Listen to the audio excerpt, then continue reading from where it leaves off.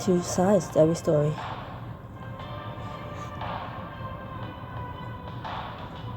You sat back in one of the conference rooms at your office, phone in hand.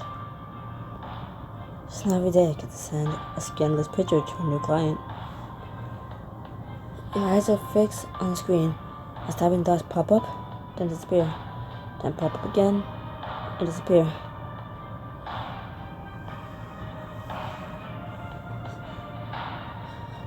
Nadine's probably feeling hot and bothered. When I look, she's scrubbing her seat right now. You can imagine the exact expression she's wearing, that alluring combination of embarrassment and insatiable curiosity. You knew it was a bad idea to tease Nadine during your first meeting together, but you couldn't resist. I put in the handcuffs. The moment those things came out of her purse, all bets were off. Conflict of interest be damned. A cough sounds from the other side of the conference room. You glance up to find Pat Ransink's team of lawyers staring expectantly at you. Hawthorne, those conditions satisfy you? I hate these preliminary meetings. Till the paperwork is filed, it's all just posturing. You already know the answer to that. How many times do you have to do this before you realize I'm not gonna let you ride roughshod over my client? You don't get to make all the rules, you know. Neither do you. Try again. One of the other partners at your firm chuckles from the seat beside you. Here's the woman. So let's start over. You fight a groan as they start drawing on all over again. But there's no escaping it. This meeting is all part of the game. Unable to resist, you turn your attention to your phone.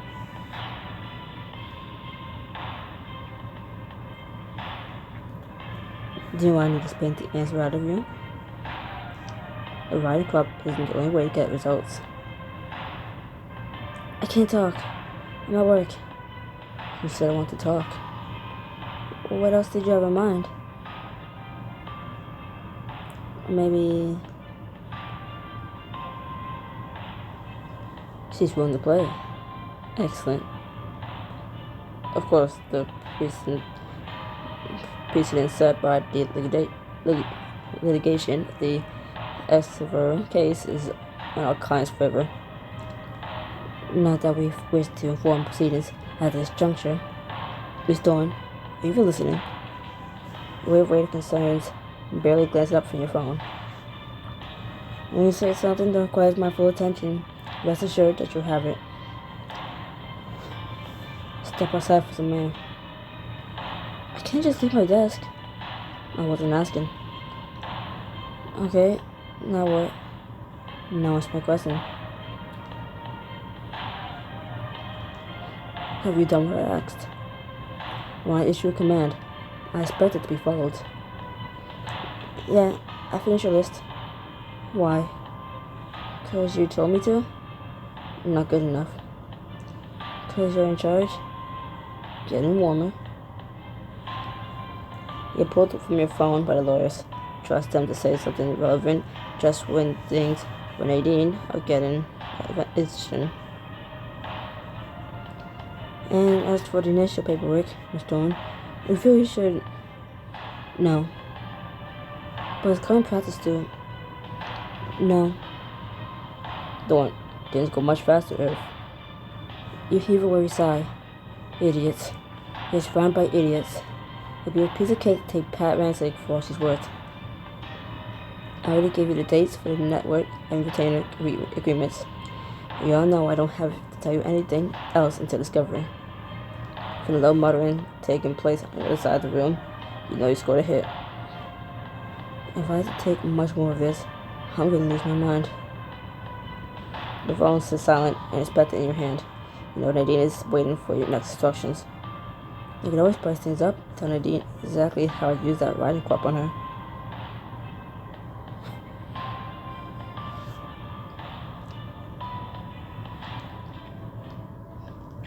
An illicit drill runs through you as your fingers poise over your phone's keyboard.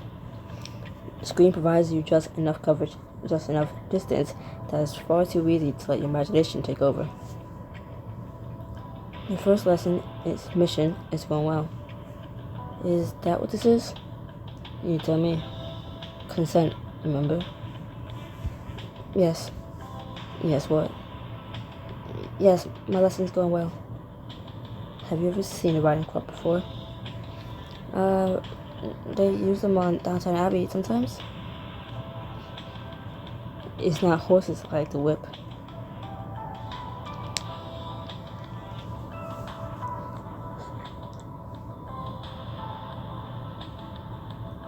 I use crops to maintain control. I like to be in charge. In this and all things. I can tell. Does that bother you? No. I think I like it. Good. And that's how it should be. Have you been thinking of me this past week? Yes. Good. Because I've been thinking of you. You have? I've been picturing all the ways I want to use that riding crop on you. Do you want to hear some of them? Regan, I need a yes or no. You huff impatiently as you wait for a response. What's taking so long? It's a simple question. Yes.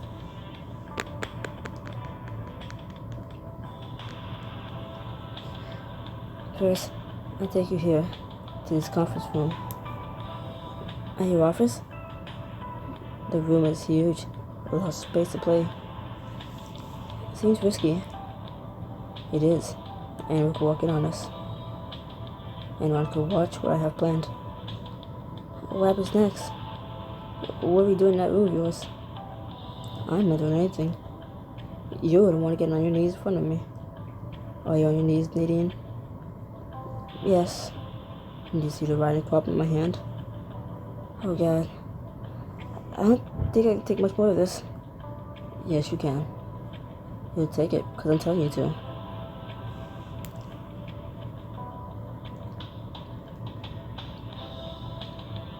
Remember, it's your reward for being good. Wait, from being good? Don't I get a prize? And this is your prize. By the time I'm done with you, you'll be begging for more. And if I promise to do whatever you ask, then it's too late. I'm already touching the crop to your skin. You can feel the soft, supple leather trailing over your bare body. And move it over the curve of your back. There's somewhat soft skin exposed. So many places to mark you as mine. But don't worry, I don't whip you. You know? Did I displease you? You've been very good and very patient. But I don't want to whip you there. I'm going to spank you. I'm going to show you what being naughty really means. Oh. You get on all fours. You display that tight, sweet ass to me. That's when I cut the leather against your bare flesh. Hard. Again. Harder. You shift in your seat. There's no denying your phone conversation is starting to heat up, and so are you. Until Nadine what to do to her is getting me this riled up. Can you imagine what it would be like to really have her on all fours?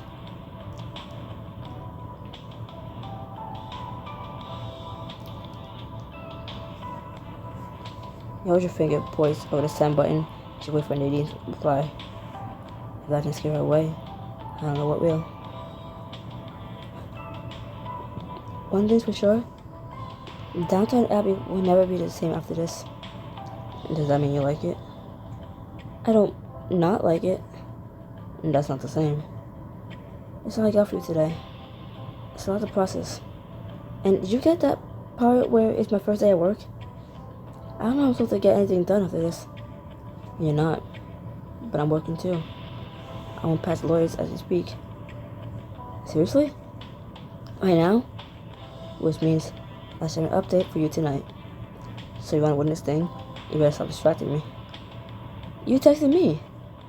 Ah, but you texted back. You smile as you tuck the phone away before Nadine can say anything more. I'm not playing. There'll be plenty of time for that later. It takes all your willpower to distract your attention. It takes all of your willpower to direct your attention back to the lawyers. But there's one thing you pride yourself on, is control.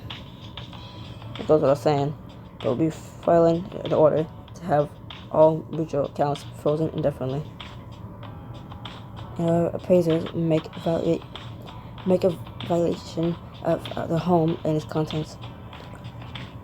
Your appraisers will be working alongside mine, while I have the whole lot of you brought up in front of the disciplinary board. Both lawyers opened their mouths to refute this, but you had enough. You can sit here making baseless claims in your attempt to increase your billable hours all you want, but don't expect me to stick around to listen. But we're not. Your client is one at fault. So we'll proceed with this divorce settlement on my terms. You have the satisfaction of seeing the entire table grow uncomfortably silent. Tell your client that she can expect to be served by the end of the week. I have nothing more to say to any of you. Pushing back from the table, you leave the room without a backward glance. As you're finishing up at work that afternoon, you buzz your assistant. She pops her head out into your office almost immediately. Hi, Miss Svancic. I decided for business dinner for tonight. I'd like to talk to her more in person about today's meeting.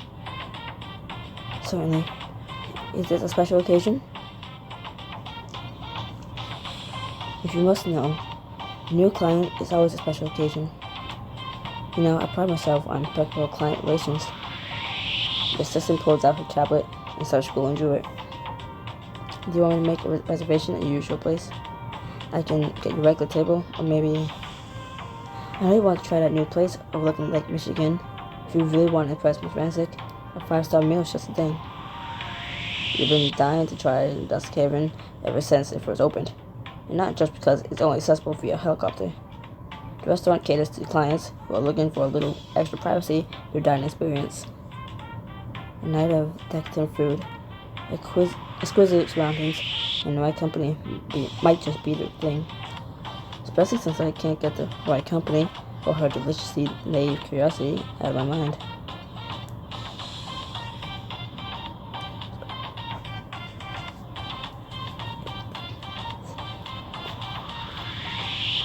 You give your receptionist a quick nod. Fine, do it. She doesn't wait for you to change your mind. She dials the restaurant. Yes, hello? I'd like a private table for 2, 8 o'clock sharp. I don't care what it costs, just make it happen.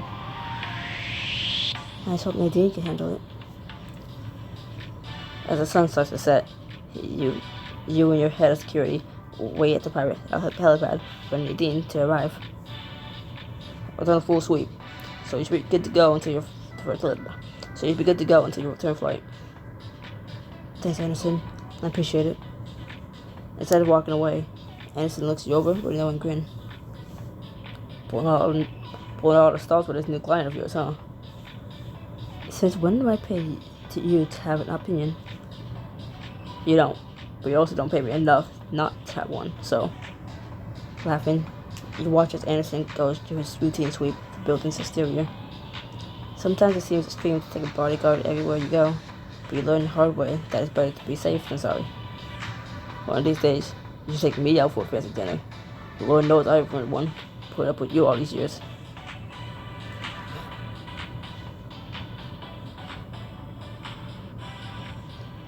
You know you love me.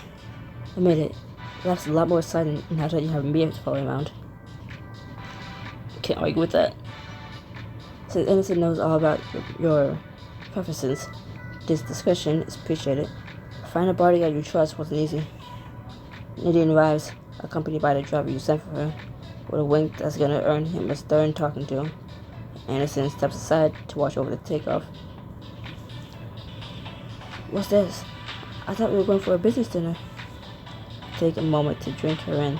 The way her dress hugs her curves suggests to you that business wasn't the first thing on her mind when you invited her to dinner. We are. Throughout this book, you also get to choose how Reagan shows off her dominant side. I don't miss business with pleasure. You offer her a hand, and she allows you to help her to her seat. Besides, I thought we already discussed this. We did? You lower your voice to a dangerous purr. Of course we did. With me, pleasure is always guaranteed. Once Nadine is settled into her seat, you climb in next to her and signal for the pilot to take off. The cabin is so small that you can feel the pressure of Nadine's leg against yours. She's warm and soft and trembling. Nervous? A little. I've never flown a helicopter before. I should be introducing you to a lot of things you've never done before. I'm not as innocent as you think, you know. I've seen things, done things. You can't keep the smirk from your face. Occasionally, keeping the lights on during sex doesn't count. You just fly out of the water because the wind causes the helicopter to jolt. Nadine gasps and clutches at the arms of her chair.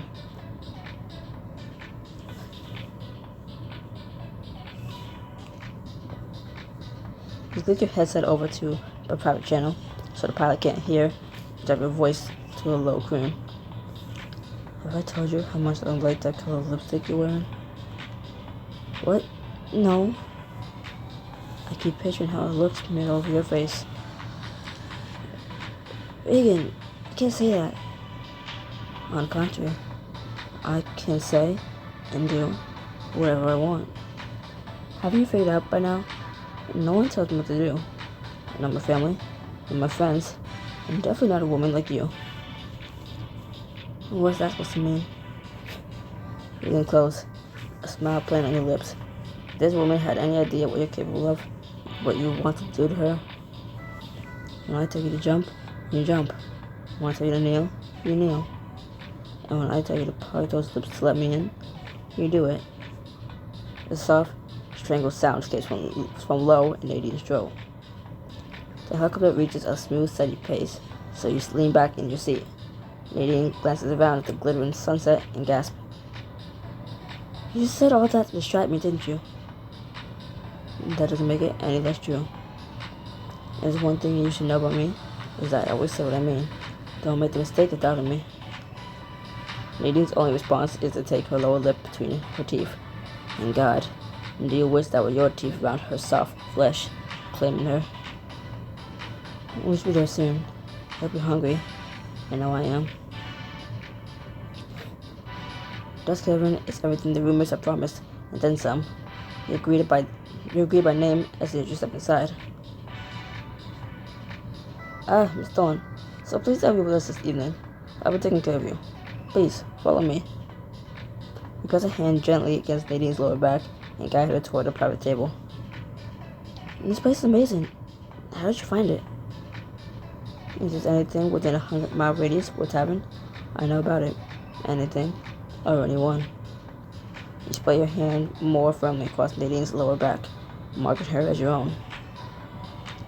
I will find everything to your satisfaction. The head chef developed a nice menu, especially with you in mind. The host bows before leaving. He brought Nadine's chair before settling into your own seat. Her wide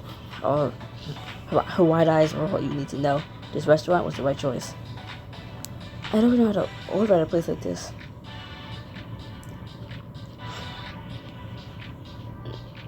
That's a good thing. I'll be ordering for you. But you don't know what I like. Irrelevant. When you're with me, you like whatever I tell you to. A determined, rebellious expression touches Nadine's exquisitely shaped lips. She waits to defy you, to argue, but she's learning. Your whole body grows tight with sudden, irresistible longing. This woman is turning out to be a much quicker, steady than you dreamed possible. Isn't that right? Yes, Regan. And why is that? She swallows heavily, her eyes meeting yours across the candlelit table. Because I don't wish to displease you. The joy of her words runs through you, settling in your core. You smirk as the waiter approaches with a bottle of your favorite white wine. He pours you both a glass before turning to you with an expectant eye. Have you had a chance to look over such special menu? You give the waiter a curt nod. We'll have the sea scallops. She'll have the artichoke curries as a starter, and I'll try the prawns. Excellent choice. The air feels heavy with meaning as the waiter makes us leave. A private table, personal menu. If I didn't know better, I say you're trying to seduce me. As much as you love to follow up on this interesting line of conversation, this is technically a business dinner. I'm a woman who values discretion, and that's all. You're happy to know that the meeting with your ex's lawyers today went well. A wicked grin flashes across your face. Even with someone distracted me, I managed to get the upper hand. Nadine is so flustered that she almost spills her wine. You slip your fingers over hers to steady them. You started it? You started it. What was I supposed to do? You know the answer to that. The game only works if both parties are willing to play. The question is, how willing are you? Nadine carefully avoids the question. In your eyes, her fingers grow restless under yours. I think you'd better tell me about this meeting. It's clear past case is weak, and her lawyers know it. With you being separated since the betrayal, this divorce should be a slam dunk. You really enjoy this, don't you? Winning? Of course I do. That's what makes me so good at my job. As she shakes her head, her hair catches the candlelight and holds it. It's more than that. You almost transform when you start talking litigation.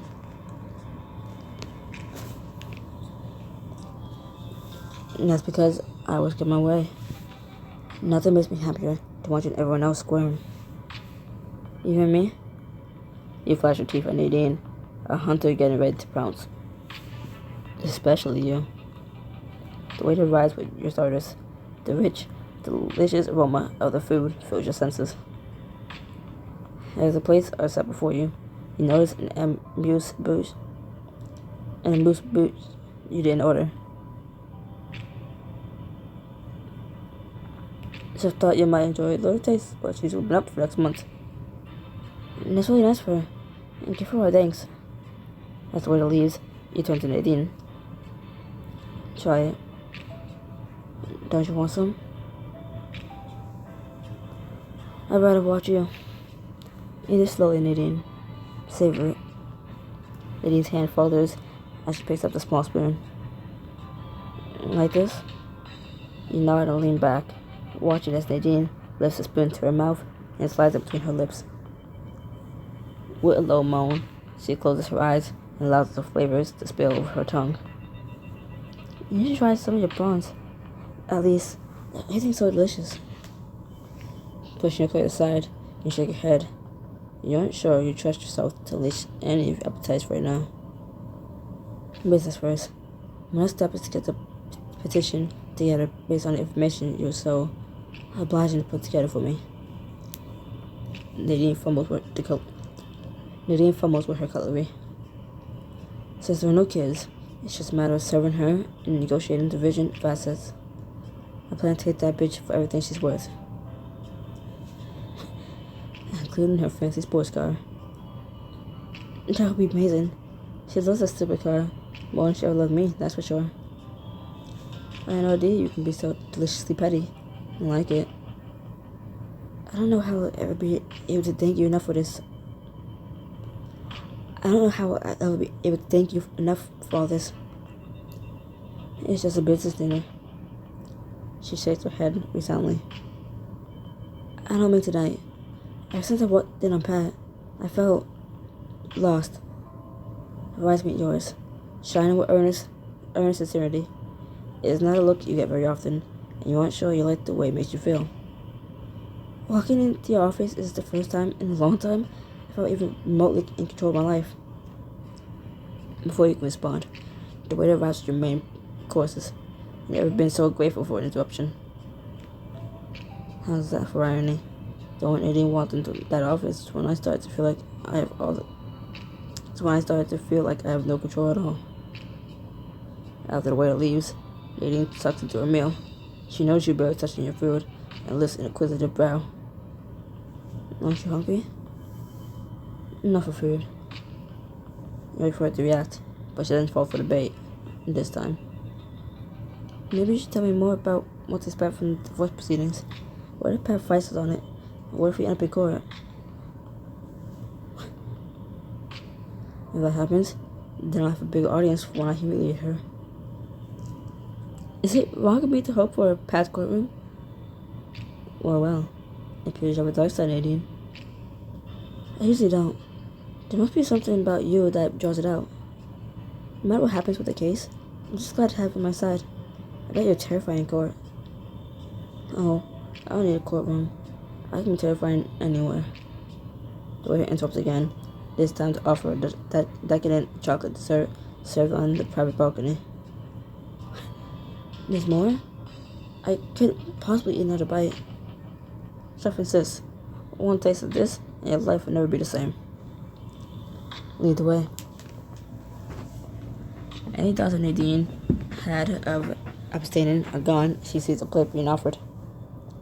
Well, maybe just a little. As soon as the waiter leaves, pull the plate towards you, tucking it close to your chest so she can't reach. Are you gonna share?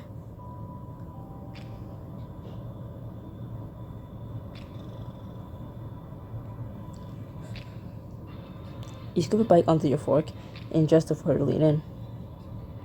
Open up. What? I've had to sit across from you this whole damn evening, watching you put things in that gorgeous mouth. Now it's my turn. You think my mouth is gorgeous? I think you're going to open up and let me in, or you'll regret it. With an obedience that sets your whole body alight, Nadine parts her lips and leans closer. It was so easy to take that mouth with your own, to show her what pleasure really means, but you lifted the scoop of chocolate instead. Good girl. Do you like it? She closes her lips on the fork and moans. You watch her lips slide off the metal, or watch her tongue slip tenderly across her mouth to catch the last bit of chocolate off. It's all you can do to keep your composure. It's delicious. And this dessert isn't the only thing worth having. As soon as the dessert plate is empty, you whisk Nadine out of the restaurant and back into the helicopter. If I don't get home soon, I'm going to do something that'll scare off for good. Chivalry and a strange reluctance to end the evening compel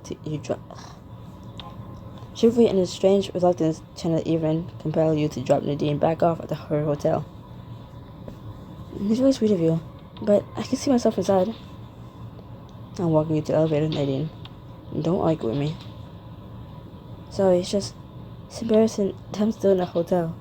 They let Pat take the condo, even though she cheated on me. You don't have to apologize to me. You just have to obey. You can tell Nadine is struggling with herself. Half of her wants to meekly submit, while the other half is curious how far you go. In that case, let me change the subject. I had a really great time tonight. It was enlightening, to say the least. She stops from the elevator and holds out her hand. Temptation gets the better of you, and you lean in close to whisper.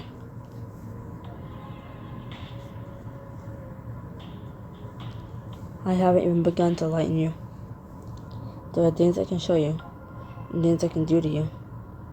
Nadine's whole body grows soft and yielded next to yours, arching toward you. And that's right, your body realizes it, even if you haven't.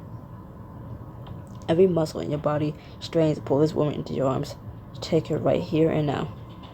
You ball your hands at the fist at your side, determined to withstand temptation, when you spot someone at the corner of your eye.